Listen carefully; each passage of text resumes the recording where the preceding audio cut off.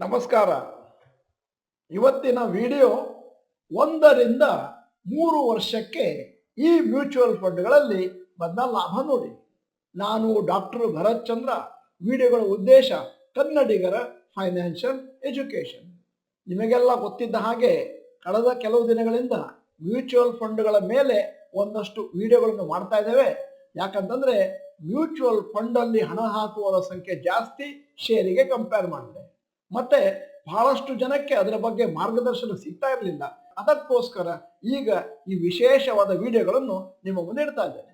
ನಮ್ಮ ಜೀವನದಲ್ಲಿ ನಡೆಯುವಂತ ಹಲವಾರು ಘಟನೆಗಳಿಗೆ ಇನ್ನೂ 10 ವರ್ಷ 20 ವರ್ಷ ಇದೆ. ಆದರೆ ಸುಮಾರು ಘಟನೆಗಳು ನಮ್ಮ ಜೀವನದಲ್ಲಿ 1, 2, 3 ವರ್ಷಕ್ಕೆ ಹತ್ತಿರದಲ್ಲಿರ್ಬೋದು. ಅಂದರೆ ಮಕ್ಕಳ ವಿದ್ಯಾಭ್ಯಾಸ, ಮದುವೆ ಇತ್ಯಾದಿ. ಆದ್ದರಿಂದ ಅಂತಹ ಶಾರ್ಟ್ ಟರ್ಮ್ ಸಂದರ್ಭದಲ್ಲಿ ನಾವು ಷೇರಿನಲ್ಲಿ ಹಣವನ್ನು ಹಾಕೋದು ತಪ್ಪಾಗುತ್ತೆ. ಮ್ಯೂಚುವಲ್ ಫಂಡ್ಗಳಲ್ಲಿ ಹಣವನ್ನು ಹೂಡೋದು ಬಹಳ ಸಮಂಜಸವಾಗುತ್ತೆ.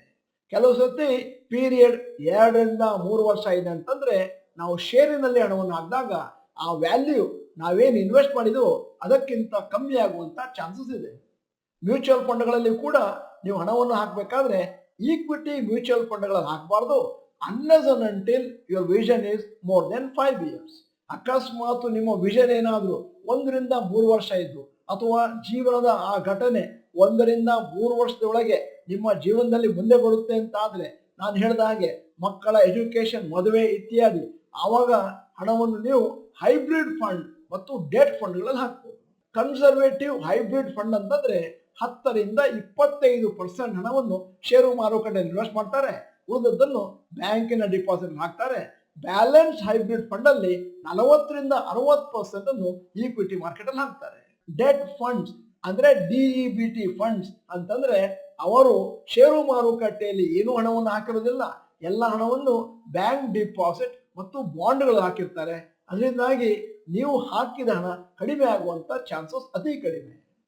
ನೀವು ಇನ್ವೆಸ್ಟ್ ಮಾಡಿದ ಹಣ ಇನ್ನೇನು 1ರಿಂದ 2 ವರ್ಷದೊಳಗಾಗಿ ನಿಮಗೆ ವಾಪಸ್ ಸಿಗಬೇಕು, ಲಾಭನೂ ಬರಬೇಕು ಅಂತಂದ್ರೆ ಆವಾಗ ನೀವು ಯಾವ ರಿಸ್ಕ್ ಅನ್ನು ತೆಗೆದುಕೊಳ್ಳಿಕ್ಕೆ ಸಾಧ್ಯ ಇಲ್ಲ.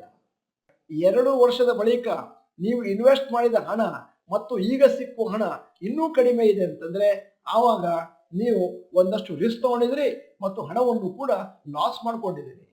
ಲಾಸ್ ಆಗಿದೆ ಅಂತೇಳಿ ಆ ಜೀವನದ ಘಟನೆಯನ್ನು ನೀವು ಪೋಸ್ಟ್ಪೋನ್ ಮಾಡ್ಲಿಕ್ಕೆ ಆಗೋದಿಲ್ಲ. ಯಾಕಂತಂದ್ರೆ ಮಕ್ಕಳ ವಿದ್ಯಾಭ್ಯಾಸ ಇರ್ಬೋದು, ಮದುವೆ ಇರ್ಬೋದು. ಇವತ್ತು ಈ ವಿಡಿಯೋದಲ್ಲಿ ನಾವೊಂದು ಐಡಿಯಾ ಕೊಡ್ತಾ ಇದ್ದೇವೆ. 1ರಿಂದ 3 ವರ್ಷ ಇನ್ವೆಸ್ಟ್ಮೆಂಟ್ ಮಾಡಿದಾಗ ಕೆಲವು ಮ್ಯೂಚುವಲ್ ಫಂಡ್ಗಳಲ್ಲಿ ಎಷ್ಟು ಬಂದಿದೆ ಮತ್ತು ಆ ಮ್ಯೂಚುವಲ್ ಫಂಡ್ಗಳ ಹೆಸರೇನು. ಮೊದಲನೆಯ ಕ್ಯಾಟಗರಿ ಕನ್ಸರ್ವೇಟಿವ್ ಹೈಬ್ರಿಡ್ ಫಂಡ್ಸ್. ಒಂದು bank of India conservative hybrid fund. 1 year returns 13.64, 3 year returns 14.40%. ಎರಡು Parag Parikh conservative hybrid fund. 1 year returns 19.69%, 3 ವರ್ಷ returns 12.26%. 3 Kotak debt hybrid fund. 1 year returns 18.27%, 3 year returns 12.08%. ಎರಡನೇ ಕ್ಯಾಟಗರಿ ಬ್ಯಾಲೆನ್ಸ್ಡ್ ಅಡ್ವಾಂಟೇಜ್ ಫಂಡ್ಸ್. ಮೊದಲನೇದ್ದು HDFC balanced advantage fund. 1 year returns 39.42%, 3 year returns 25.06%. ಎರಡು bank of India balanced advantage fund. 1 year returns 25.37% ಮತ್ತು 3 year returns 16.99%. 3 Baroda BNB Paribas balanced advantage fund. 1 year returns 27.25%, 3 year returns 16.16%. ನೀವು mutual ಫಂಡ್ಗಳ returns ಅನ್ನು ನೋಡಿದ್ರೆ ಕಳೆದ 3 ವರ್ಷದಿಂದ ಹೆಚ್ಚಿನ ಮ್ಯೂಚುವಲ್ ಫಂಡ್ಗಳಿಗೆ ಜಾಸ್ತಿ ಲಾಭ ಒದಗಿ ಬಂದಿದೆ. ಯಾಕಂತಂದ್ರೆ ಸದ್ಯದ ಮಟ್ಟಿಗೆ ಬುಲ್ ಮಾರ್ಕೆಟ್ ಇದೆ.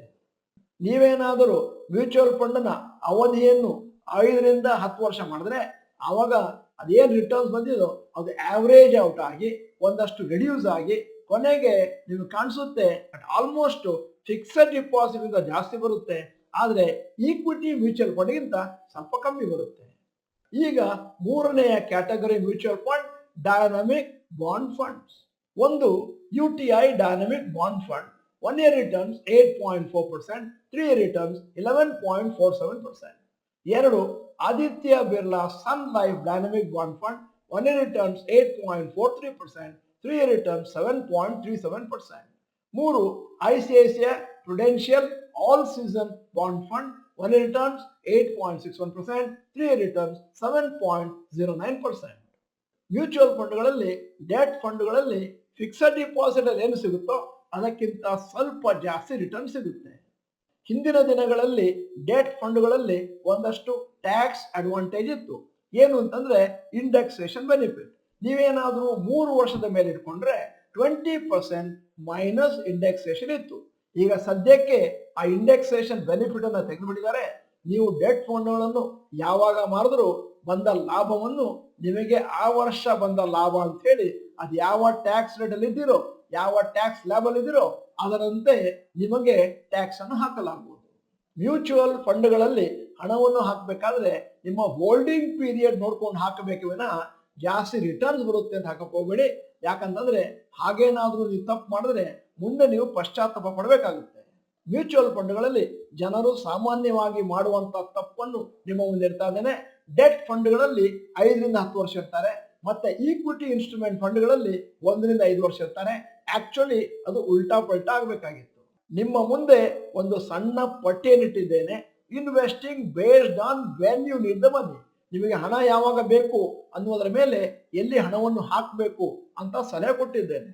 1 ವರ್ಷದ ಕೆಳಗೆ ನಿಮಗೆ ಹಣ ಏನಾದರೂ ವಾಪಸ್ ಬೇಕು ಅಂತಂದ್ರೆ bank F D debt funds. 1 ರಿಂದ 3 ವರ್ಷ ಅಂತಂದ್ರೆ bank F D debt funds conservative hybrid funds. 3 ರಿಂದ 5 ವರ್ಷ ಈ ಹಣ ನನಗೆ ಬೇಕಿಲ್ಲ ಅಂತಂದ್ರೆ ಕನ್ಸರ್ವೇಟಿವ್ ಹೈಬ್ರಿಡ್ ಫಂಡ್ ಹಾಕಿ. ಮೋರ್ ದೆನ್ 5 ಇಯರ್ಸ್ ಅಂತಂದ್ರೆ ಷೇರುಗಳಲ್ಲಿ ಹಾಕ್ಬೋದು, ಈಕ್ವಿಟಿ ಮ್ಯೂಚುವಲ್ ಫಂಡ್ಗಳು ಹಾಕ್ಬೋದು ಮತ್ತು ರಿಯಲ್ ಎಸ್ಟೇಟ್ ಅಲ್ಲಿ ಕೂಡ ನಿಮ್ಮ ಹಣವನ್ನು ಹಾಕ್ಬೋದು. ಈ ವಿಡಿಯೋನ ಇವತ್ತು ನಿಮ್ಮ ಮುಂದೆ ಇಟ್ಟ ಉದ್ದೇಶ ಏನು ಅಂತಂದ್ರೆ ಬಹಳಷ್ಟು ಜನ ತಪ್ಪು ಮಾಡ್ತಾರೆ. ಏನು ಅಂತಂದ್ರೆ ರಾಂಗ್ ಇನ್ಸ್ಟ್ರೂಮೆಂಟ್ಗಳಲ್ಲಿ ಹಾಕ್ತಾರೆ, ರಾಂಗ್ ಪೀರಿಯಡ್ ಹಾಕ್ತಾರೆ, ಆಮೇಲೆ ಮ್ಯೂಚುವಲ್ ಫಂಡ್ ಅಲ್ಲಿ ಪ್ರಾಫಿಟ್ ಇಲ್ಲ ಅಂತ ಗೊಣಗಾಡ್ತಾರೆ.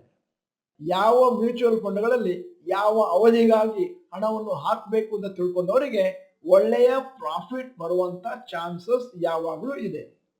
ವಿಡಿಯೋದ ಕೊನೆಯಲ್ಲಿ ನಮ್ಮ ಸಮೀಕ್ಷೆಗಾಗಿ ಒಂದು ಪ್ರಶ್ನೆ ಕೇಳ್ತಾ ಇದ್ದೇನೆ. ನಿಮಗೆ ಮಗ ಅಥವಾ ಮಗಳು ಅಥವಾ ಮಕ್ಕಳಿದ್ರೆ ನೀವು ಅವರ ಹೈಯರ್ ಎಜುಕೇಶನ್ ಮತ್ತು ಮದುವೆಗೆ ಹಣವನ್ನು ಈಗಲಿಂದ ಹೂಡ್ತಾ ಹೋಗ್ತಾ ಇದ್ದೀರಾ? ಎಸ್ ಅಥವಾ ನೋ ಅಂತ ಟೈಪ್ ಮಾಡಿ. ನೀವು ಡಾಕ್ಟರ್ ಭರತ್ ಚಂದ್ರ ಇನ್ಸ್ಟಿಟ್ಯೂಟ್ ಕನ್ನಡ ಚಾನೆಲ್ ಮೆಂಬರ್ ಅಲ್ಲ ಅಂತಂದ್ರೆ ಇದೀಗ ಸಮಯ. ಸಬ್ಸ್ಕ್ರಿಪ್ಷನ್ ಬಟನ್ ಬೆಲ್ ಐಕಾನ್ ಒತ್ತಿ. ವಿಡಿಯೋ ಚೆನ್ನಾಗಿದ್ರೆ ಲೈಕ್ ಬಟನ್ ಒತ್ತೋದನ್ನು ಮರಿಬೇಡಿ. ವಿಡಿಯೋನ ನಿಮ್ಮ ಎಲ್ಲಾ ಸ್ನೇಹಿತರಿಗೂ ಫಾರ್ವರ್ಡ್ ಮಾಡಿ. ವಿಡಿಯೋನ ಸಂಪೂರ್ಣವಾಗಿ ನೋಡಿದ್ದಕ್ಕೆ ಧನ್ಯವಾದಗಳು. ನಮಸ್ಕಾರ.